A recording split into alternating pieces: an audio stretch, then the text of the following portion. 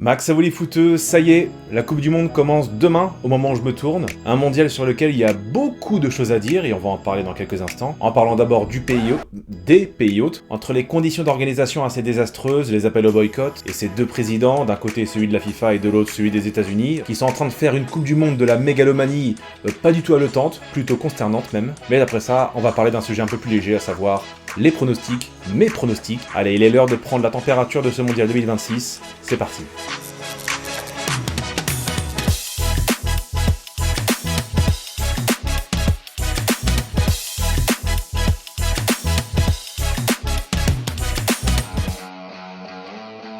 Cet été se tient la 23e édition de la Coupe du Monde, la première à 48 participants avec un total de 104 matchs, sauf qu'en France, par exemple, seules 54 rencontres seront diffusées en clair. Et c'est peut-être aussi le cas chez vous, dans votre pays de résidence. Alors pour ne manquer aucun match de votre équipe préférée, je vous propose une solution pas chère, le VPN, avec mon fidèle partenaire CyberGhost, leader mondial de la sécurité et de la confidentialité en ligne. Avec plus de 40 millions d'utilisateurs, CyberGhost est l'un des VPN les plus recommandés avec une excellente note sur Trustpilot. Où que vous soyez, son réseau virtuel privé masque votre adresse IP et avec des serveurs présents dans plus de 100 pays, CyberGhost redirige l'intégralité de votre trafic internet via un tunnel VPN sécurisé sur 7 appareils différents en simultané avec un accès sans restriction à plus de 40 plateformes de streaming ou encore regarder des programmes qui ne sont pas accessibles dans votre pays, que ce soit la télé ou même du contenu internet comme YouTube qui n'est pas le même selon l'endroit où vous êtes. Grâce à une politique stricte de no-log, aucune de vos données personnelles n'est conservée ni suivie, le tout via une interface conviviale, facile à utiliser et compatible avec Windows, Mac, iOS, Android, Smart TV, Linux et les consoles de jeux. Grâce à ce partenariat avec la chaîne et en cliquant sur le lien dans la description ou sur le QR code juste ici, vous obtiendrez moins 83% sur CyberGhost VPN et 4 mois gratuits, soit seulement un peu plus de 2€ par mois, une garantie de 45 jours satisfait ou remboursé et le support technique en ligne 24 heures sur 24 seront là pour vous accompagner. Alors n'hésitez plus et profitez de l'offre CyberGhost pendant la Coupe du Monde. Et maintenant, c'est parti pour la vidéo. Le mondial commence donc demain, et le moins qu'on puisse dire, c'est que 4 ans, ou plutôt 3 ans et demi après le Qatar, encore plus d'appels au boycott, avec des conditions d'organisation et un contexte très différent, et sur cette question-là, on va y revenir. Mais avant, j'ai envie de partager un truc, c'est que déjà, la Coupe du Monde ne se déroule pas uniquement aux États-Unis, mais également au Canada et au Mexique, qui sont à mon avis juste des prétextes pour dire que la FIFA n'a pas donné le mondial aux États-Unis, même si officieusement, c'est le cas. Quand on voit que le Canada a dépensé dans les 800 millions de dollars, tout ça pour avoir deux villes hautes, Toronto et Vancouver, et les matchs qui se dérouleront à Toronto ont un taux pour l'instant de remplissage très en dessous de ce qu'on attendait. Alors pourquoi deux villes hautes seulement ? Parce que ça coûte extrêmement cher d'accueillir la Coupe du Monde. Déjà si t'as pas les infrastructures, faut les construire de A à Z, et ça c'est pour leur pomme, c'est pas la FIFA qui paye, pensez-vous. Faut construire des hôtels, des axes routiers si besoin, tout ça aux frais de la ville haute, pour qu'au final la FIFA touche la quasi-intégralité de la billetterie des matchs qui se dérouleront dans la ville haute. Donc autant dire que les retombées économiques avec des prix de billets absolument exorbitants sont faibles. Donc moi à la place du Canada, je serais vraiment dégoûté. Et d'un autre côté le Mexique qui va avoir 3 villes hautes et tout le reste aura lieu aux États-Unis, dont la finale à New York dans un pauvre stade pété, en plein milieu d'un grand parking et avec des tribunes qui ne sont même pas abritées. Imaginez, mettez-vous à la place des spectateurs qui ont payé leur place, je sais pas, entre 3 000 et 10 000 dollars et qui seront trempés jusqu'aux os si jamais il pleut. Ça j'ai envie de vous dire, tant pis pour eux. Et oui, vous vous rendez compte le prix des places, mais j'ai jamais vu ça. Pour vous donner une idée, l'un des plus grands matchs que j'ai fait, c'était la demi-finale de l'Euro, France-Allemagne à Marseille en 2016. Alors je me rappelle plus exactement, mais il me semble que j'étais, clairement pas dans les meilleures places, mais pas dans les plus mauvaises non plus. Les premiers prix, ça devait être 65€, et j'étais placé en haut à gauche de la grande tribune du stade Vélodrome. Donc sur le coup, évidemment, 300€, ça fait cher, mais bon, c'est une demi-finale de l'Euro, donc c'est un grand match. Là, pour certains matchs de poule, 300 c'est les premiers prix. Je sais pas si on réalise, non mais la FIFA a totalement pété un câble. Et encore une fois, j'ai envie de vous dire, mais comment il peut y avoir autant de gens qui payent une fortune pour aller à la Coupe du Monde ? Alors, j'entends bien, il y a la passion, il y a le fait qu'il y a des supporters qui n'aient jamais loupé une Coupe du Monde depuis 20 ans, 30 ans et qui veulent absolument voir leur équipe. Ça, je l'entends, y a pas de souci. Mais il y a un moment donné, faut arrêter de se plaindre. Genre, t'achètes la place et tu te tais, parce que tu te dis, j'ai les moyens, j'ai de l'argent, je peux y aller. Le truc, c'est qu'aux États-Unis, c'est totalement différent de l'Europe. Alors déjà, au niveau de la politique tarifaire, il n'y a pas de plafond aux États-Unis, contrairement à l'Europe. Donc tu peux aller très très loin dans les prix, tant qu'il y aura des moutons pour acheter, bah j'ai envie de vous dire qu'ils sont pas en tort. Alors évidemment, il y a encore plein de places de disponibles, et le plus délirant c'est que la FIFA n'assume même pas ses erreurs, puisqu'elle est accusée de revendre des billets du mondial sur des sites illégaux, moins chers donc, histoire de remplir les gradins, car effectivement il y a certaines sections qui sont carrément vides. Difficile de penser que la FIFA n'est pas derrière tout ça, c'est quand même lamentable. Mais bon, venant de notre ami Gianni, hein, qui est à un niveau de mégalomanie absolue, bah on n'est plus surpris, malheureusement. C'est fou, hein, ces mecs-là détruisent notre football. Déjà qu'on passe d'un mondial à 32, qui était pour moi le format parfait, à un mondial à 48, bon, on grince un peu des dents, et je pense que les prochaines éditions vont être encore pires, parce que, comme j'ai déjà dit sur la chaîne, le mondial à 48, à mon avis, prépare le mondial à 64. Et je serais pas surpris qu'on dise pays hôte en 2030, il y en a 6.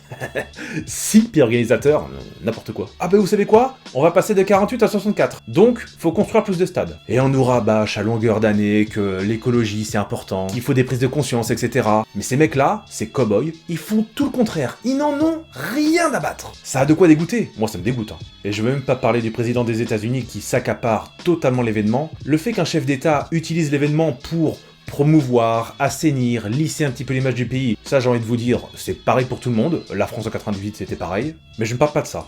Je parle de s'accaparer autant l'événement, se mettre tellement en avant, c'est quand même assez digne d'un régime très autoritaire, et encore, j'ai pas le souvenir que Poutine ou l'émir du Qatar se soient mis autant en avant pour leur Coupe du Monde. Là, ça a atteint des proportions rares. On se souvient forcément de la scène en finale de Coupe du Monde des clubs avec Chelsea où il s'était affiché sur le podium et il était resté avec les joueurs. C'était extrêmement gênant, mais bon.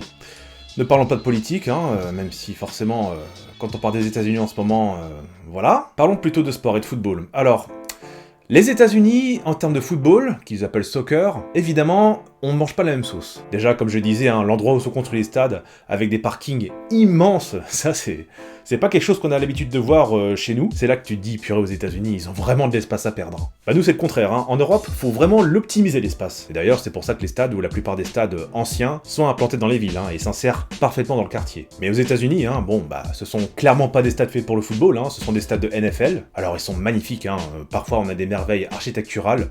Ça, c'est clair que, honnêtement, j'envie les spectateurs qui vont aller voir des matchs dans ces stades-là. Après, moi, ce qui m'inquiète un peu plus, c'est plutôt, comme on a vu lors des matchs amicaux au mois de mars, hein, la position de la caméra, une image pas souvent en bonne qualité, et surtout, une réalisation horrible. Déjà qu'on n'arrêtait pas de critiquer les gros plans sur les supporters lors des dernières Coupes du Monde. Là, honnêtement, je vous avoue que je suis pas serein. J'espère me tromper, hein. Honnêtement, j'aime le foot. J'ai envie de la vivre pleinement, et pas avec une réalisation pourrie. En 94, c'était également des stades de NFL, ça a pas dérangé. Et si avec ça, franchement, bon, c'est un petit sujet. Hein. Non, moi, ce qui me dérange le plus, par contre, c'est l'américanisation du football. Premier exemple, la pause fraîcheur sous 15 degrés. Pourquoi? Je ne critique pas la pause fraîcheur, pas du tout. Quand il fait 30-35 degrés, c'est normal d'en faire, et aussi pour les joueurs, hein, pour leur sécurité. Mais là, le problème, c'est qu'on va faire des pauses fraîcheur, et pendant ce temps-là, on va passer de la pub. On va complètement casser le rythme des matchs. D'ailleurs, on a vu un petit peu lors des matchs amicaux, notamment le France-Côte d'Ivoire. La pub pendant la pause fraîcheur, en plein milieu de la première et de la seconde période. Oh là là. Alors, vous savez quoi? Ça passe super bien dans le foot américain, dans le basket lors des cartons, y a pas de problème.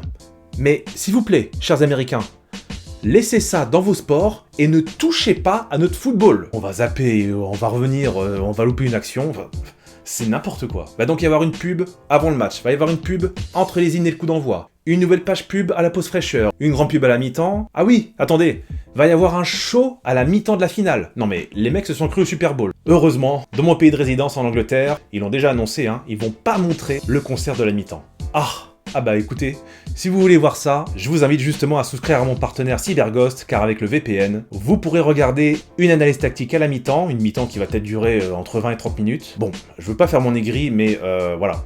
Transformer le football en un sport un peu plus américain, je suis pas trop pour et j'espère, j'ose espérer, qu'on ne verra ça que pendant le mondial et que très vite, les critiques feront qu'on reviendra à un football un peu plus traditionnel. Je suis pas contre le changement, je suis pas anti-progressiste. Tenez par exemple, pendant ce mondial, lorsque les hymnes nationaux seront joués, il n'y aura pas uniquement les 11 titulaires sur le terrain, on verra tout l'effectif de toute la liste des joueurs sélectionnés qui seront sur le rond central pour chanter l'hymne national. Bon écoutez, moi je trouve que c'est une bonne innovation, ça j'espère que ça restera. Vous voyez, hein, je suis pas du tout anti-progressiste, hein, j'aime bien les nouveautés, je suis un supporter du VAR, il y a évidemment des choses qui vont pas dans le VAR, mais ça a quand même éliminé beaucoup d'injustices, mais les pubs pendant la pause fraîcheur, bordel, non quoi. Allez, j'ai fini de m'emporter sur la candidature des États-Unis et du Canada et du Mexique, hein. Voici l'heure de mes pronostics. Nous y voici donc, la Coupe du Monde à 48, donc le format il va être très similaire à ce qu'on a vu dans le Mondial à 32, si ce n'est qu'il n'y aura pas 8 groupes, il y en aura 12. 12 groupes de 4, les 2 premiers sont directement qualifiés, et les meilleurs troisièmes également. Ils sont qualifiés, mais pas pour des huitièmes de finale, pour des 16e de finale. Donc, désormais, pour être champion du monde, il faudra passer un tour supplémentaire, et avant d'arriver aux huitièmes de finale, on passera par des 16e de finale. Après, ce sera des huitièmes, des quarts, des demi. L'avantage, c'est que on aura des 16e de finale, peut-être d'un niveau un peu plus huitième de finale qu'on a l'habitude de connaître, et en revanche, les huitièmes de finale seront d'un niveau un peu plus élevé avec, par exemple, 2 premiers de groupe qui peuvent se rencontrer. Je sais pas si je me fais comprendre, mais voilà. On peut avoir des huitièmes de finale déjà très intéressants. Alors, commençons par le début, de préférence, et par le groupe A, le groupe du Mexique. Ah, j'ai envie de vous dire un truc. Je suis comme un gamin de voir enfin le Mexique jouer sa Coupe du Monde chez lui, dans son stade Azteca de Mexico. J'aurais tellement, mais tellement voulu que ce stade accueille 3 fois la finale de la Coupe du Monde. Je rappelle que c'est le seul stade qu'il a accueilli 2 fois. Il y a eu tellement de matchs légendaires. La main de Dieu et puis le rush de Maradona, c'était là. Le Mondial 70 avec le match du siècle, entre guillemets, à l'époque c'était surnommé le match du siècle entre l'Italie et l'Allemagne. Et bien sûr la finale où Pelé et le Brésil ont écrasé l'Italie 4-1. Donc ouais, autant vous dire que c'est un stade absolument légendaire, si ce n'est le plus légendaire de la Coupe du Monde. Alors, le Mexique, qui va donc affronter la Corée, l'Afrique du Sud et la République tchèque. Donc, bon, je pense, vu le groupe assez faible, que le Mexique devrait terminer premier. Sans aucun souci, j'en sais rien, mais oui, ils seront portés par leur public, ils joueront à domicile une Coupe du Monde, c'est super, moi je trouve ça génial que le Mexique joue le mondial à domicile, et pour le coup le Mexique c'est un vrai pays de football. En deuxième place, qui je mettrais? Alors je mettrais la Corée du Sud, avec Heung-min Son, et en troisième, ouais je mettrais la République tchèque, parce que l'Afrique du Sud c'est vraiment assez faible de ce qu'on a vu à la CAN en début d'année. Groupe B, celui du Canada, du Qatar, de la Suisse et de la Bosnie. Je suis pas certain que le Canada puisse terminer en tête du groupe. Ça se jouera à mon avis entre eux et la Suisse. Allez, pour le principe, je vais mettre Canada premier, Suisse deuxième. Alors Qatar, très faible lors de son dernier mondial. Peut-être qu'ils ont progressé depuis, j'en sais rien. Est-ce que je vais les mettre devant la Bosnie? Alors la Bosnie qui a éliminé l'Italie en barrage de la Coupe du Monde, non, je vais les mettre troisième et puis le Qatar en dernier. Groupe C, très intéressant ce groupe C avec le Brésil, Haïti, grand retour d'Haïti en Coupe du Monde, le Maroc et l'Écosse. Alors en 1, vous savez quoi, ça va vraiment dépendre du premier match de ce groupe entre le Brésil et le Maroc. Je sais pas du tout ce que ça va faire parce que le Brésil, on le critique beaucoup mais mine de rien sur le papier... Certes, il y a beaucoup de joueurs qui sont pas connus, notamment sur le banc, mais c'est pas mal sinon. C'est quand même pas si mal sur le papier, il y a pas mal de noms connus. Le gros souci par contre de la Seleção, c'est qu'ils ont pas de banc. Et c'est pour ça que, pour moi, ils n'ont quasiment aucune chance d'aller au bout. On verra, on aura peut-être une surprise, mais j'en doute fort. Alors, Brésil ou Maroc premier? Ouais, ça dépend vraiment de ce match entre le Brésil et le Maroc. Et s'ils font match nul, est-ce qu'on voit le Maroc mettre beaucoup de buts à Haïti? Oui, probablement. Est-ce qu'on voit le Brésil mettre beaucoup de buts à Haïti ou à l'Écosse? Oui, je pense aussi. Je vois quand même l'attaque du Brésil beaucoup plus impressionnante que celle du Maroc. Ça veut pas dire qu'ils sont plus forts, mais je les vois, si jamais il y a un match nul dans le premier match entre le Brésil et le Maroc, je vois quand même le Brésil terminer premier. En deuxième, Maroc. Et troisième, normalement Écosse, devant Haïti. Voilà. Groupe D, de nos chers amis américains, qui sont donc avec l'Australie, qui avait passé le premier tour il y a 4 ans. Le Paraguay, grand retour du Paraguay en Coupe du Monde après une absence de 16 ans. Et la Turquie qui revient en Coupe du Monde pour la première fois depuis 2002. Ça aussi on en a parlé sur la chaîne. Et cette fameuse troisième place de l'équipe d'Hakan Şükür et Hasan Şaş, et Rochetou dans les buts. Alors évidemment c'est une Turquie très différente maintenant. En 1, qui je mettrais? Ils sont pas si mal les États-Unis dans cette préparation. C'est intéressant ce qu'il a fait Pochettino, alors je sais pas s'ils vont aller très loin dans ce mondial, en revanche je les vois quand même passer le premier tour. De là à être premier, bon je dirais que oui quand même, allez, on va les mettre premiers. L'Australie sont toujours là en Coupe du Monde, maintenant. Est-ce qu'ils peuvent être deuxième par rapport à... Ça peut jouer entre l'Australie et la Turquie, c'est très serré, Autant dans ce groupe je vois les États-Unis premiers, mais après... Bon, vous savez quoi, faut trancher les footeux. Hein. Allez, je vais mettre Australie, deuxième. Turquie, troisième, et Paraguay, ouais, ils vont peut-être pas réussir leur retour. Quoique. Bon, allez. On va rester là-dessus. Groupe E, le groupe de l'Allemagne. Alors, oui, il y a l'Allemagne, il y a l'Équateur et sa défense avec Estupiñán, Pacho et Hincapié. Ouais, ça peut être très très solide l'Équateur. Hein. C'était pas mal d'ailleurs il y a 4 ans l'Équateur. Hein. Ils ont pas passé le premier tour, il me semble. Ah bah non, ils étaient dans le groupe du Qatar, des Pays-Bas et du Sénégal. Donc oui, à l'époque où il n'y avait pas de meilleur troisième. Là, dans ce système avec les meilleurs troisièmes, eh bah, ouais, ils ont une vraie chance de passer. Je pense qu'ils vont passer le premier tour. En attendant, je mettrai qui en premier? Alors, est-ce que les Allemands peuvent battre la Côte d'Ivoire? Oui, je pense qu'ils seront au-dessus. Mais juste derrière. Hein. Juste derrière, je mettrai la Côte d'Ivoire. Alors, la Côte d'Ivoire n'a jamais passé le premier tour en Coupe du Monde, hein, vous vous rendez compte? Eh oui, ils n'ont jamais passé le premier tour. Est-ce que cette fois, ils vont le faire? Oui, alors dans le système avec des meilleurs troisièmes, je pense. Je les vois mal derrière Curaçao. Est-ce que je les mettrai deuxième? Ah, c'est pas sûr. L'Équateur peut terminer deuxième, hein. C'est tout à fait possible, mais je vais garder ce classement. Allemagne première, Côte d'Ivoire deuxième et Équateur troisième. Ensuite, le groupe F, celui du Japon et des Pays-Bas. Et les Japonais, alors les Japonais qui ont eu quelques petits soucis avec leur terrain d'entraînement, un beau couac de l'organisation des États-Unis. Alors est-ce que ça va les perturber dans la préparation? Fort possible, peut-être pour le premier match, mais pas plus que ça, hein, je pense pas. Mais ces Japonais qui avaient terminé, rappelez-vous, il y a 4 ans, premier du groupe, devant l'Espagne et devant l'Allemagne qui avait été éliminée. Eh ben, les Japonais, je les vois bien encore terminer premier du groupe, cette fois devant les Pays-Bas. Des Pays-Bas qui avaient terminé troisième seulement, hein, dans le groupe de la France et de l'Autriche, à l'Euro 2024. Là, oh oui, là quand même, je pense qu'ils vont terminer deuxième, il n'y a pas de raison. Et en troisième, la Tunisie qui était pas loin, qui avait battu l'équipe de France il y a 4 ans au premier tour. Est-ce que je peux les voir devant les Suédois? Les Suédois, ils sont décevants. Hein. Alors, je sais qu'il y a Gyökeres et puis le fameux très surcoté Alexander Isak. Bon, c'est quand même au-dessus de la Tunisie, mais... Bon, je vais mettre la Suède par principe troisième, mais les Tunisiens, c'est possible qu'ils terminent troisième. Hein. Et dans les meilleurs troisièmes, même. Groupe G, le groupe de la Belgique et de l'Iran aussi. Alors, la Belgique, ouais, là, s'ils ne terminent pas premier, ce serait quand même... une sacrée chute hein, pour les Diables Rouges. En 2, je mettrai l'Égypte. Oui, d'après ce qu'on a vu à la CAN, l'Égypte c'est très solide. Hein. Demi-finaliste de la dernière Coupe d'Afrique. En 3, oui, je mettrai l'Iran. L'Iran qui avait montré de bonnes choses en plus lors du dernier mondial. Et la Nouvelle-Zélande, bon là, ouais, je les mets derniers. Groupe H, bon, tout de suite l'Espagne, hein, là, ça saute aux yeux. Alors on ne sait pas, hein, l'Arabie Saoudite qui avait créé la grosse surprise il y a 4 ans en battant d'entrée l'Argentine et mettant fin à leur série d'invincibilité. Là, l'Uruguay, on sait pas trop en fait. Bon, je les vois quand même terminer deuxième derrière l'Espagne. Arabie Saoudite troisième, oui, naturellement. Et Cap-Vert dernier. Bon, ils sont pas très intéressants mes classements, il n'y a pas vraiment de surprise. On verra. En revanche, le groupe I, le fameux groupe de l'équipe de France avec la Norvège et le Sénégal. Là, la France n'est pas du tout certaine de terminer première. Je rappelle qu'ils n'ont pas terminé premier en 2024 à l'Euro. Derrière l'Autriche, mais devant les Pays-Bas. Bon, j'espère que cette fois que les Français vont être bien meilleurs offensivement qu'ils ne l'ont été. Défensivement, j'ai pas vraiment de doute. Faut pas accorder trop d'importance à ces matchs de préparation. Je sais que ça peut être frustrant de perdre contre la Côte d'Ivoire, mais vous savez, les joueurs sont tellement crevés. Quand on est crevé, on n'a absolument pas envie de se blesser, surtout avant une Coupe du Monde.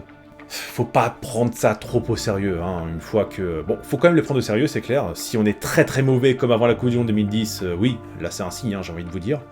Mais là, non, faut pas s'inquiéter plus que ça. Je pense par contre que...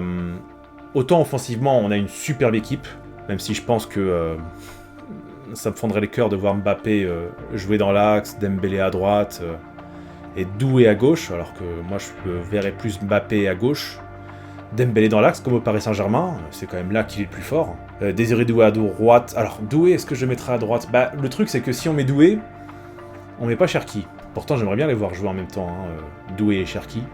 Olysée, bien sûr, il doit jouer, c'est clair. Donc, il y a peut-être un joueur en trop dans le dispositif offensif de la France. Celui qui porte le brassard, il a peut-être des questions à se poser. Hein. Le fait de mettre Mbappé sur le banc et de laisser Dembélé, Olysée, Cherki et Doué ensemble, bah, ça peut être intéressant. Alors, ça va jamais arriver, hein, c'est mort. Deschamps, il fera jamais ça. Bon, quelque part, c'est dommage parce que ça aurait de la gueule, mais non. Il y aurait tellement tellement de polémiques là-dessus, on est obligé de l'avoir. Alors c'est bien, il va marquer ses buts, hein, ça va être beau, ça va être super, et vas-y que je te mets des stats, et vas-y que je vais devenir le meilleur buteur de l'histoire des Coupes du Monde, en cumulé, hein, sur plusieurs éditions. Ouais, très bien Kylian, très bien, mais est-ce que malgré ses stats, il va servir l'équipe de France, ou se servir soi-même dans ce mondial? Alors la France, est-ce qu'elle peut terminer première? Oui, elle peut terminer première évidemment, mais la Norvège aussi, et le Sénégal aussi peut terminer premier.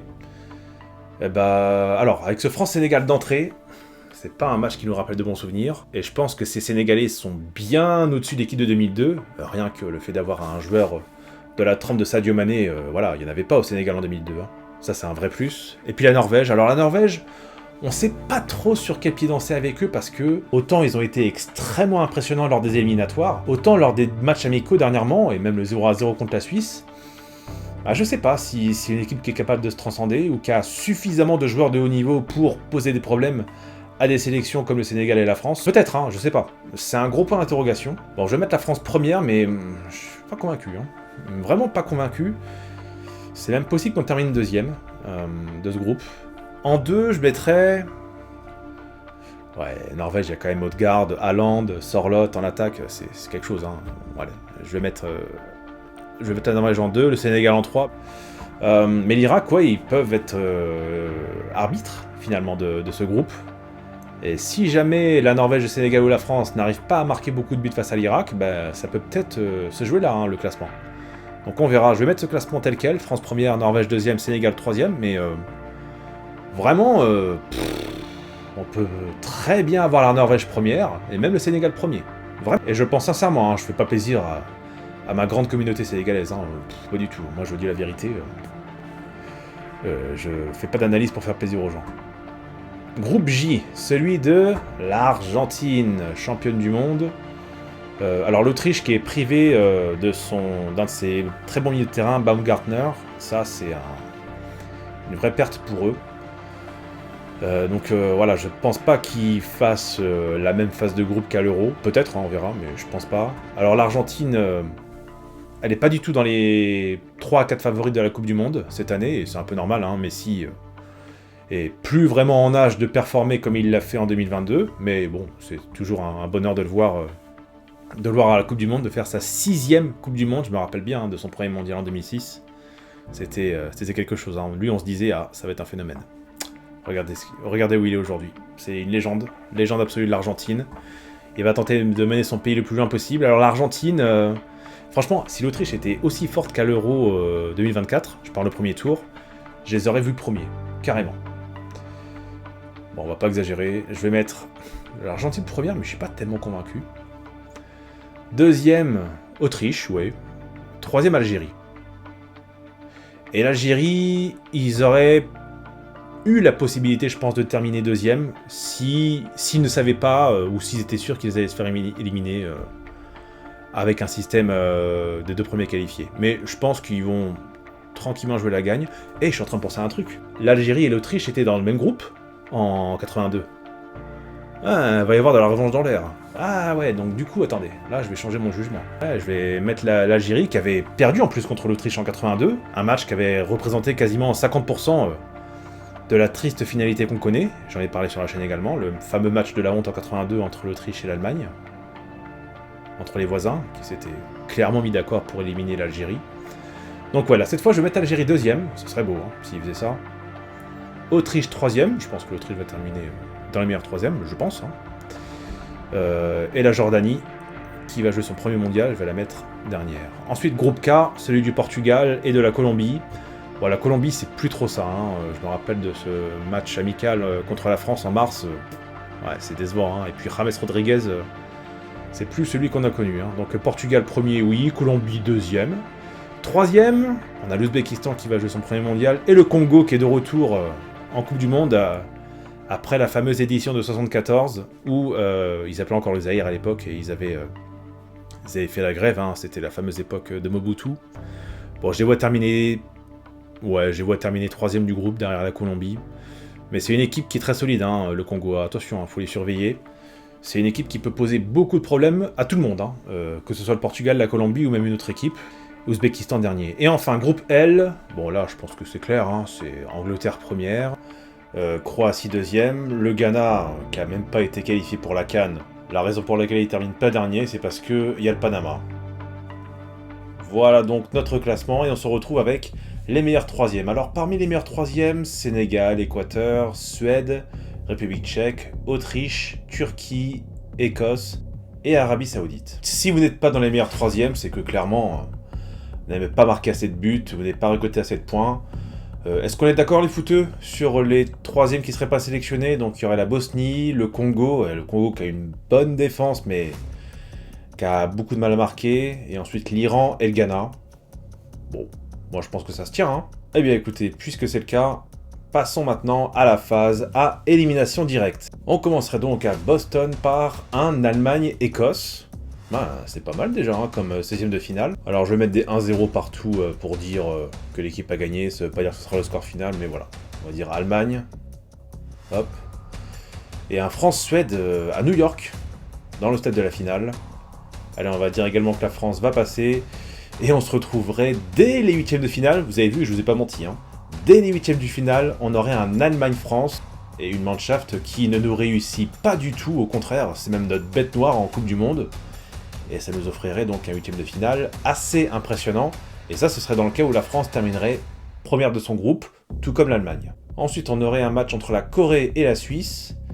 Je sais pas. Je sais pas du tout. C'est serré, hein, mine de rien, hein, cette Coupe du Monde. Il n'y a pas vraiment de favoris qui se dégagent et beaucoup d'adversaires équivalents. Allez, je vais dire la Suisse qui passe. Et ensuite, Japon-Maroc. Ah, le Japon-Maroc. Japon-Maroc dès les 16e de finale. Ah, ça fait mal. Je les aime bien, les Japonais. Ça fait mal. Mais le Japon aussi, il joue bien. Ah, dis donc, ça va être un sacré 16e de finale, ça, hein, si ça se joue dans l'ordre des groupes que j'ai établi là. Ah, ça me fait mal au cœur pour les Japonais. Mais je vais dire que le Maroc va passer. Et on aurait un Suisse-Maroc en 8e de finale. 16e de finale suivant, Croatie-Colombie. Alors voilà, autant le Japon-Maroc c'est un super 16e de finale, autant celui-ci, ça c'est le genre de match que la Croatie passe. Autant la Croatie, ils sont très mauvais à l'Euro, mais en Coupe du Monde, c'est vraiment leur compétition aux Croates. Ensuite, Espagne-Algérie. Oh, je pense que l'Espagne passe. États-Unis-Équateur. Ah bah vous savez quoi? Bam! Le pays organisateur, ou co-organisateur, sort dès les 16e de finale, éliminé par l'Équateur, et sa solide défense, sa très solide défense. Ensuite, Belgique, République tchèque. Ouais, ils vont un peu galérer les Belges, mais je pense qu'ils vont passer. Allez, on va de l'autre côté maintenant, et on fait... Oh la vache! Ah bah dis donc, 16e de finale, Brésil-Pays-Bas. Ah oui, parce que les Pays-Bas n'avaient pas terminé premier de leur groupe. Selon mon classement, j'avais mis le Japon premier. Alors si le Japon avait terminé deuxième, on aurait eu un Pays-Bas-Maroc dès les 16e de finale. Et donc là, on aurait eu un Japon-Brésil. Ah, je pense que le Brésil va passer là. Côte d'Ivoire, Norvège. Ah, dis donc, il y a des beaux matchs là en 16e de finale. On a l'impression que c'est des 8e de finale. Mais en fait, c'est des 16e de finale. Ouais, vous voyez, on a beau avoir augmenté le nombre d'adversaires, on n'a pas baissé le niveau. Le fait est que dans les 16e de finale, on est à 32 équipes. Donc le nombre parfait pour moi pour faire une Coupe du Monde. Donc les équipes sont pas si faibles que ça, surtout si on a le mondial du même niveau qu'on a eu il y a 4 ans.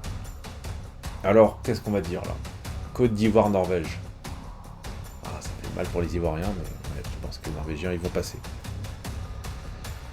Ils vont passer les Norvégiens, et le match suivant, on va en parler dans un instant. Mexique, Arabie Saoudite. Attention à l'Arabie Saoudite, hein. Attention, c'est une équipe qui a tellement progressé depuis 20 ans. Ah, c'est clair qu'il y a 20-25 ans, c'était une équipe qui était pas bonne du tout. Même il n'y a pas si longtemps que ça, hein. Contre la Russie, je me rappelle d'entrée en 2018, ils ont pris 5-0. Et là, ça n'a plus rien à voir. Si c'est la même Arabie Saoudite qu'on a eu il y a 4 ans, là, ça va être très compliqué pour le Mexique. Mais bon, c'est le pays hôte, je les vois quand même passer. Ensuite, Angleterre-Sénégal, tiens, c'est un remake d'un 8e de finale, ça, il y a 4 ans. Ah, les Sénégalais, s'ils terminent... Ah oui, c'est dans le cas où les Sénégalais terminent 3e. Donc la France, j'ai pas évoqué ça, mais si la France termine 2e du groupe, elle jouera la Côte d'Ivoire. et éventuellement le Brésil en 8ème de finale. Si elle termine 3ème, on va jouer l'Angleterre. Donc voilà, c'est une très mauvaise idée de terminer 3ème du groupe, sinon on prend direct les Anglais dès les 16ème de finale. Là je veux dire que l'Angleterre va passer. Je rappelle que le score, ce sera pas forcément 1-0, c'est juste pour dire qu'une équipe passera. Argentine-Uruguay, ouh, un duel 100% sud-américain. L'Argentine contre l'Uruguay de Marcelo Bielsa. Ouais. Bon, je vais laisser comme ça. Australie-Égypte. Faut se méfier des Australiens. Je mettrai l'Égypte quand même. Ensuite, Canada-Autriche. Ah, Canada, s'il passe, ça, ce serait... Je pense que dès les 16e de finale, le Canada et les États-Unis vont passer à la trappe. Quel que soit l'adversaire, j'ai l'impression. Et enfin, Portugal-Turquie, là, je mets le Portugal. Voilà, on a donc nos 8e de finale. On va aller de l'autre côté. Allemagne-France. Oh là là. C'est une équipe qui va poser beaucoup de problèmes à l'équipe de France si on les rencontre dès les 8e de finale. Le monde change, la Coupe du Monde doit changer, et la France peut éliminer l'Allemagne. Je dis pas qu'ils vont, mais dans mon pronostic, je vais être chauvin. Allez, je vais dire que la France va passer contre l'Allemagne. Ensuite, Suisse-Maroc. Ça va être pas facile ce match pour le Maroc, mais je pense qu'ils vont passer quand même. Et on aurait un France-Maroc dès les quarts de finale. Ok. Croatie-Espagne.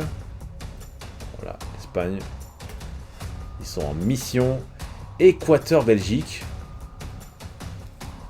Ah, les Belges... Je sais pas trop où ils situés les Belges. Hein. J'ai regardé un peu leur équipe là. Oh là là. C'est plus du tout la Belgique d'autrefois. Hein. Ah bah je sais pas. Je sais pas parce que... Au niveau des défenses, l'Équateur, je les mets au-dessus de la Belgique. Hein. Le seul avantage de la Belgique, c'est leur gardien, Thibaut Courtois.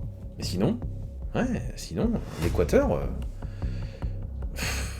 Je suis désolé les Belges, hein, mais là, je les vois faire un exploit à l'Équateur. Ce serait une des sensations. Équateur en quart de finale. Une fois que la Coupe du Monde sera passée et que l'Équateur sera éliminé dès le premier tour, en réalité, vous allez tous vous foutre de moi. Alors, Brésil-Norvège. Brésil-Norvège. Brésil-Norvège. Ah, ce sera un truc de fou. Hein. Brésil-Norvège. La Norvège qui avait battu le Brésil en 98. Lors de la 3e journée de la phase de poule. Un match qui avait éliminé le Maroc au premier tour. Rappelez-vous. Donc ce serait pas une première si la Norvège battait le Brésil en Coupe du Monde. Et évidemment, ce serait incroyable dans une phase d'élimination directe. Mexique-Angleterre. Les Anglais, la dernière fois qu'ils ont joué au Mexique, ça s'était pas bien passé. Et là, ils joueraient à Mexico. Ah là là. Ah oui. Un 8e de finale des Anglais à l'Estadio Azteca. Et contre le Mexique cette fois, pas contre l'Argentine. Là, on va avoir quelques moments mémorables dans cette Coupe du Monde. Est-ce qu'ils peuvent le faire, les Mexicains? Est-ce qu'ils peuvent éliminer l'Angleterre de Thomas Tuchel? Non. Ça va jouer au tir au but peut-être cette histoire, mais je vois l'Angleterre passer. Donc ouais, plus de pays hôtes au-delà des 8e de finale. Argentine-Égypte. Ouais, je vois l'Argentine passer en faisant un match horrible, mais ils passeront quand même. Et Autriche-Portugal. Ouais, les Portugais, c'est comme les Espagnols, ils seront en mission. Voilà donc nos quarts de finale. France-Maroc, Norvège-Angleterre, Espagne-Équateur, Argentine-Portugal. Messi contre Ronaldo pour leur dernier mondial. Waouh, on attend ça avec impatience. Vraiment. France-Maroc, la revanche. La revanche peut-être pour le Maroc. Alors les Français, ils vont jouer à Philadelphie, à Boston. Et à New York. Alors les Français, ils vont toujours rester sur la côte est, nord-est. S'ils terminent premier du groupe. Après, après ils vont aller à Dallas et ensuite ils reviendront à New York. Ça c'est évidemment dans le scénario où ils vont très loin dans la compétition. France-Maroc. France-Maroc. Bah vous savez quoi, je vois quasiment un copier-coller de la demi-finale qu'on a eu il y a 4 ans. Mais ça va être cette fois beaucoup plus difficile pour les Français de passer. Je les vois quand même passer. Mais ça peut être un match légendaire de la Coupe du Monde. Quand je dis passer, c'est 1-0, un but sur penalty. Hein, vraiment. Là, littéralement, je mettrais 1-0. Ou alors 1-0 après prolongation. Voire un match très accroché, un partout, victoire après prolongation. Alors la France qui gagne après prolongation, pas après tir au but, mais après prolongation, Ça commence à remonter maintenant. Hein. Je crois qu'il faut remonter à la génération Deschamps et Laurent Blanc. Hein. À l'Euro 2000. Ouais. Espagne-Équateur. Alors l'Équateur, après un super parcours, va s'arrêter en quart de finale. Face à l'Espagne. Et on aurait un France-Espagne en demi-finale. Et de l'autre côté, Norvège-Angleterre. Norvège-Angleterre. Est-ce que les Norvégiens peuvent le faire? Est-ce que les Norvégiens peuvent battre l'Angleterre de Tourelle? Ah, les Anglais. Les Anglais, ils ont trop faim, les Anglais. Et ils l'attendent, hein, leur Coupe du Monde depuis 66. Allez, je les vois passer face aux Norvégiens. Norvège, quart de finale, c'est bien déjà. Hein. Et enfin, le gros duel, Argentine-Portugal. Argentine-Portugal. Eh, dis donc, j'espère que tous ces matchs-là, là, que j'ai pronostiqués, j'espère que ça va vraiment se passer comme ça, parce que si c'est le cas, on aura un France-Allemagne, on aurait un Brésil-Norvège, Brésil-Pays-Bas, Brésil-Norvège, Norvège-Angleterre, et cet Argentine-Portugal. Alors là, qui va gagner? Messi ou Ronaldo? Je pense que le Portugal, ils ont les armes pour les battre, les Argentins. Ils ont les armes. Ils ont le milieu de terrain, Vitinha, João Neves, Bruno Fernandes. Ouais, les Argentins, ils sont plutôt en fin de cycle, les Argentins. J'ai l'impression, en tout cas. Peut-être que je me trompe. Et donc, on aurait des demi-finales 100% européennes. France-Espagne, Angleterre-Portugal.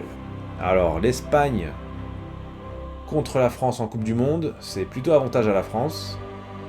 Et Angleterre-Portugal, ça va raviver les souvenirs de 2006. C'est ce fameux quart de finale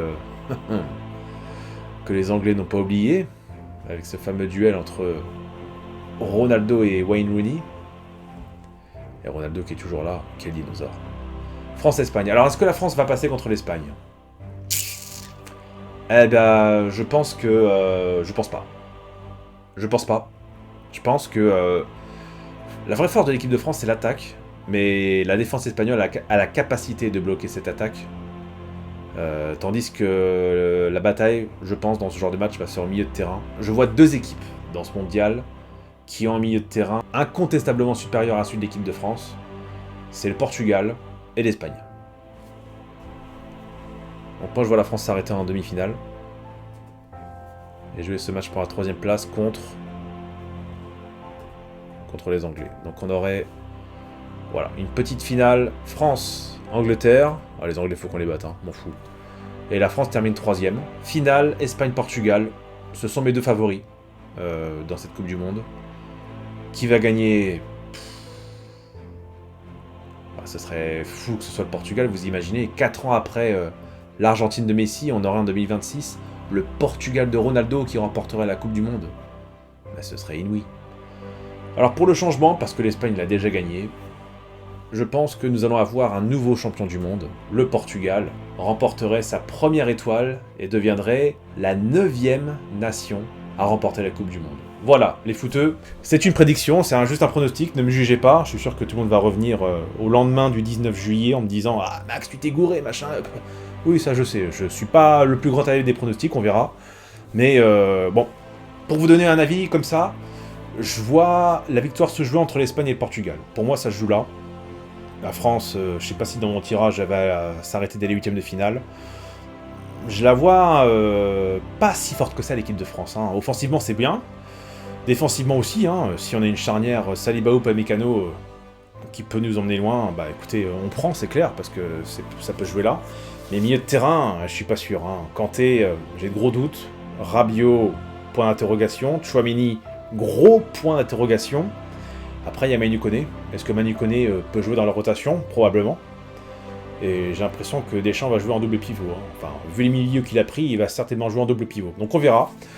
Bah, bonne chance à nos bleus, évidemment. Moi, je suis français, donc je vais être chauvin. Hein. Je vais dire allez les bleus. Et je souhaite qu'une chose, c'est que même si cette Coupe du Monde va être organisée de manière très bancale, je pense que ça va pas être aussi bien qu'au Qatar. Je vais pas boycotter ce mondial sous prétexte que ça aille aux États-Unis et que les Américains en ce moment...